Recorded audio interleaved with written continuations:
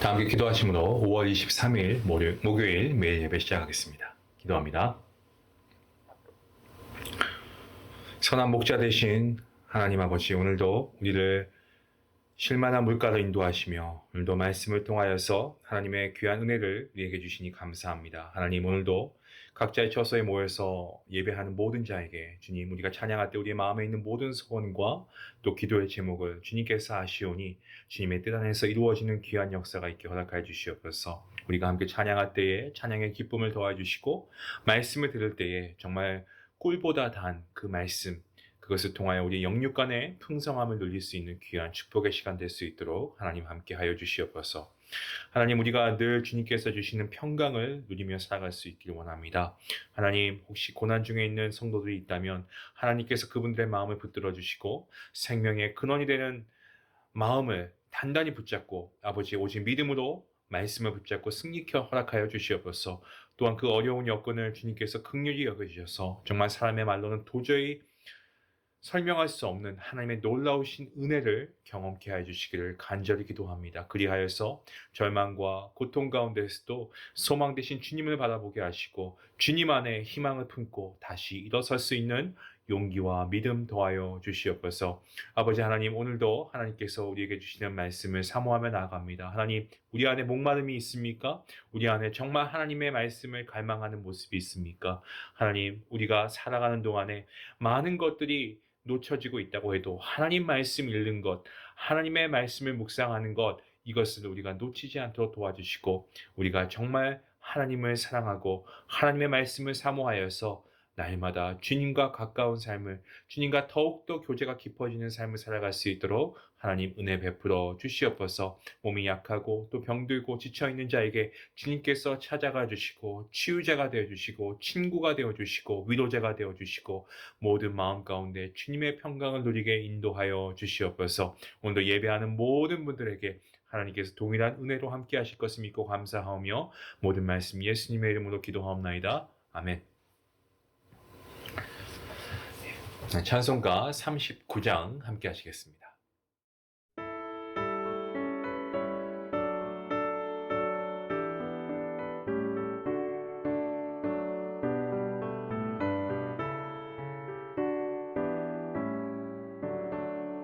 주 은혜를 받으려 모인 성도들 주 크신 뜻 깨닫게 하옵소서. 내 고통의 멍에를 다 벗게 되니 날 구속하신 이름 찬양하리. 주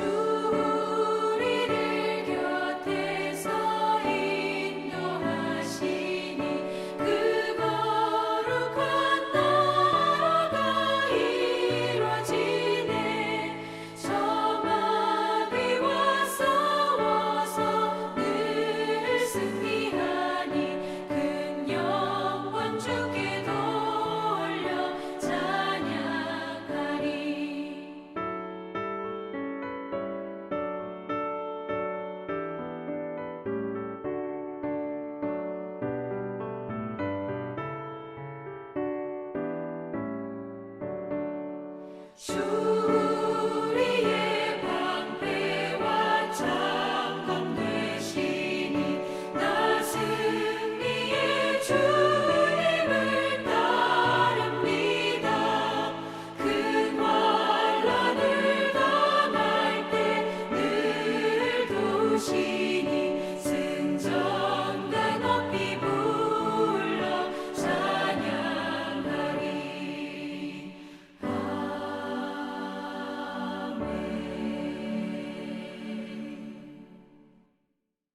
오늘 말씀은 열왕기상 20장 13절부터 25절까지 말씀드리겠습니다. 우리 함께 말씀을 읽도록 하겠습니다.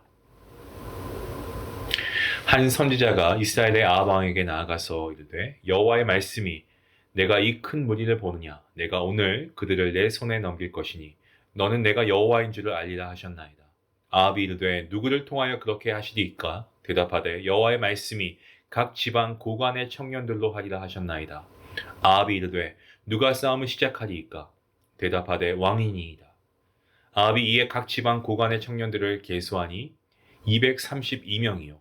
그 외의 모든 백성 곧 이스라엘의 모든 자손을 계수하니 7,000명이더라. 그들이 정오에 나가니 베나닷은 장막에서 돕는 왕 32명과 더불어 마시고 취한 중이라. 각 지방의 고관의 청년들이 먼저 나갔더라.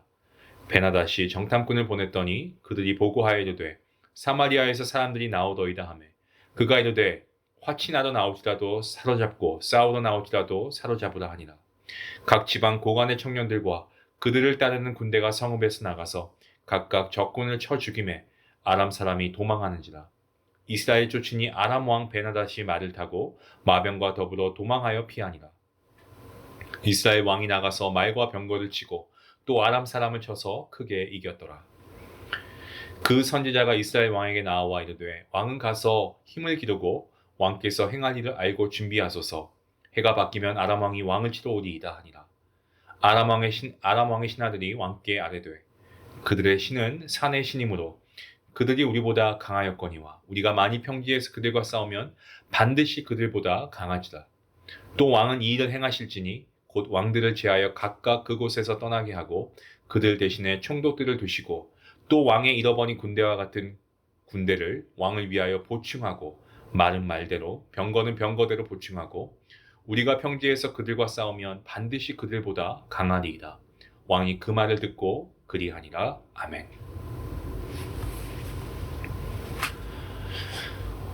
요즘에 유튜브를 보면은 정말 이상한 영상들이 많이 있습니다. 세상의 기이한 일들에 대한 그런 말씀을 드리는 게 아니고 어떤 한 영상을 보니까 금수저라고 하죠. 그러니까 태어날 때부터 부모가 많은 부를 축적해서 그 자녀들이 아무런 수고함 없이 그 돈을 누리면서 그런 생활을 누리면서 사는 겁니다. 그런데 가끔 보면 그러한 자녀들 가운데 예의를 갖추지 못한 무례한 그런 행동을 하는 그러한 자녀들이 있어요. 그런데 그런 것들을 마치 자랑이다 하듯이 난 돈이 있으니까 난 이런 행동 할 수 있어 라고 하면서 영상을 유튜브에 올리는 것들을 봤습니다. 참 어처구니가 없고 이런 영상을 만드는 사람도 문제지만 또 그런 것들을 보는 그러한 시청자가 있기 때문에 또 그런 유튜브가 또 굉장히 인기가 많다라고 합니다. 자기가 가지고 있는 것을 드러내고 그리고 자기가 이만한 돈과 권력이 있으니까 난 이렇게 할 수 있다. 정말 인간의 교만의 끝을 보여주는 그러한 영상을 보면서 저는 안타까운 마음을 넘어서 화가 나기도 하고 어떻게 이런 행동들을 할 수 있을까 정말 의아스럽기까지 했습니다. 다 그런 것은 아닙니다만은 무엇인가 많이 가진 자는 많이 가진 것을 의지하기 때문에 교만해지는 경우가 종종 있는 것 같습니다. 왜냐하면 남들보다 많이 가진 것을 의지해서 나오는 행동들이 교만하거나 또 거만하게 표현되기 때문에 그렇습니다. 오늘 본문에 나오는 아람 나라의 베나닷 왕도 이와 비슷합니다. 오늘 본문을 보시면 아합 왕 시대에 아람의 베나닷 왕이 다른 왕들 32명과 함께 이 북이스라엘을 쳐들어와서는 은금과 또 왕궁의 자녀들, 젊은이들을 다 내놓으라고 협박합니다. 이때 쳐들어온 군대의 숫자는 무려 10만 명이었습니다. 우리가 10만 대군이라는 것을 우리가 표현하는 것처럼 그야말로 엄청난 숫자를 가리키고 있는데요. 29절에 그 숫자를 밝히고 있습니다. 내일 본문 말씀이긴 하지만 이 아람 군대는 베나닷 왕만 나온 것이 아니고 다른 왕 32명과 같이 싸우러 왔습니다. 자, 그 당시 아람은요, 통일된 국가 형태가 아니었고 여러 개의 어떤 소규모 도시 국가로 구성이 되었습니다. 때문에 그 당시에는요, 여러 왕들이 있었겠죠. 아무튼 이 북이스라엘로서는 싸우기에 매우 벅찬 상대가 아닐 수가 없었습니다. 하지만 하나님께서는 한 익명의 선지자를 아합에게 보내시고 말씀을 전하게 하십니다. 여호와의 말씀에 너가 이 큰 무리를 보느냐? 내가 오늘 그들을 내 손에 넘길 것이니 너는 내가 여호와인 줄을 알리라. 이렇게 하여 힘을 얻습니다. 이스라엘 군사를 모집합니다. 하지만 그 숫자는 상대방과 비교했을 때는 굉장히 적은 숫자죠. 고작 7,000명 뿐이었습니다. 그야말로 7,000명 대 10만 대군 아니겠습니까? 상대가 되지 않는 전쟁이었습니다. 하지만 하나님이 함께 하시니까 숫자가 문제가 되지 않죠. 무엇보다 군대 숫자를 많이 가졌다고 하는 자가 교만할 때의 그 결말, 우리가 성경을 통해서도 자주 보지 않았습니까? 아람 왕 베나닷은 군대 숫자를 아주 엄청나게 그 숫자만 너무 믿었던 것 같습니다. 그래서 교만해서 작전도 세우지 않고 계속 술을 마시며 취하는 가운데 그렇게 시간을 보내고 있습니다. 본문 12절 말씀을 보시면 그때의 베나닷이 왕들과 장막에서 마시다가 라는 말로 말씀을 시작하고 있는데요. 베나닷이 장막에서 무엇을 했습니까? 32명의 왕들과 함께 술을 마셨다라고 기록하고 있습니다. 얼핏 이런 생각이 들지 않으십니까? 아니, 얼마나 이스라엘을 얕보았으면 이렇게 왕들끼리 모여서 술을 마시고 있나. 이것은 전쟁에서 절대적으로 승리할 것이다라고 확신하지 않고서는 이렇게 할 수가 없죠. 그저 어떤 작전이나 계획도 없이 그냥 승리할 거다 확신하고 있으니까 그저 먹고 마시며 취해 있었던 겁니다. 16절 말씀입니다. 그들이 정오에 나가니 베나닷은 장막에서 돕는 왕 32명과 더불어 마시고 취한 중이라고 말씀하고 있습니다. 정오에 기습한 사람들은 이스라엘의 선발대였습니다. 이 시간대 근동 지역은 날씨가 굉장히 무덥습니다. 때문에 보통 점심때에는 휴식과 수면 이런 것들을 대부분 했거든요. 그런데 선발대는 이 취약한 시간을 놓치지 않고 그 취약한 시간을 이용해서 베나닷의 진영을 기습한 겁니다. 자, 그런데 베나닷은 무엇을 했습니까? 그 시간에도 다른 왕 32명과 함께 술을 마시고 취해 있었습니다. 어느 정도로 취해 있었는가? 자, 여기서 사용된 이 원어 히브리어 단어 취하다, 이것은요 일반적으로 판단력을 상실해 버릴 만큼 만취된 상태를 가리키고 있습니다. 베나닷과 그리고 다른 32명의 왕들은 자신들의 병력의 숫자만 의지하고 그것만 믿고 아주 기고만장해서 전쟁을 치르지도 않았는데 마치 이미 승리한 것처럼 대낮부터 술에 취해 있었던 겁니다. 그것도 만취 상태로 말이죠. 깨어 있어야 할 시간에 술에 취해 있고 자신의 가진 것이 많기 때문에 이미 승리한 것처럼 교만하게 행동한 자, 그 결말 어떻게 되었습니까? 아람이 패하게 되고 급한 나머지 아람 왕 베나닷은 말을 타고 마병과 더불어서 도망해서 피하게 됩니다. 본문 21절 말씀에 이렇게 기록하고 있습니다. 이스라엘 왕이 나가서 말과 병거를 치고 또 아람 사람을 쳐서 크게 이겼다. 이스라엘과 아람과의 1차 전쟁. 네. 이스라엘의 승리로 막을 내립니다. 우리가 지혜의 장이라고 하는 이 잠언서를 보시면 이런 말씀이 있습니다. 교만에 대한 말씀인데 교만은 패망의 선봉이다 라고 하는 말씀 구절이죠. 교만은 사람으로 하여금 깨어있지 못하게 합니다. 자신의 것을 의지해서 기고만장한 태도를 보이게 합니다. 필경 깨어있지 못하기 때문에 낭패를 보고요. 필경 깨어있지 못하기 때문에 실패를 경험하게 되어 있습니다. 그냥 실패면 다행이죠. 아주 멸망하게 됩니다. 이런 실화가 있습니다. 3세기 이 중엽에 밀라노의 설교가였던 암브로시우스라는 인물이 있는데요. 그 암브로시우스, 그 사람 성격이 아주 강직하기로 유명했던 그러한 사람이었습니다. 당시에 로마 황제였던 데오도시우스가 예배당에 들어와서 성직자석에 앉으려고 할 때에 이 암브로시우스는 이것을 금하고요. 그를 어디로 돌려보내냐면 황제를 평신도석으로 돌려보냈다고 합니다. 암브로시우스의 행동, 이것도 정말 대단합니다. 그런데 나중에 데오도시우스 황제가 이렇게 말하므로 그 또한 대단한 사람이구나라는 것을 보여주는 대목이 있는데요. 이렇게 말했습니다. 나는 일평생 나에게 진리를 말해주는 사람을 단 한 명도 만나지 못했다.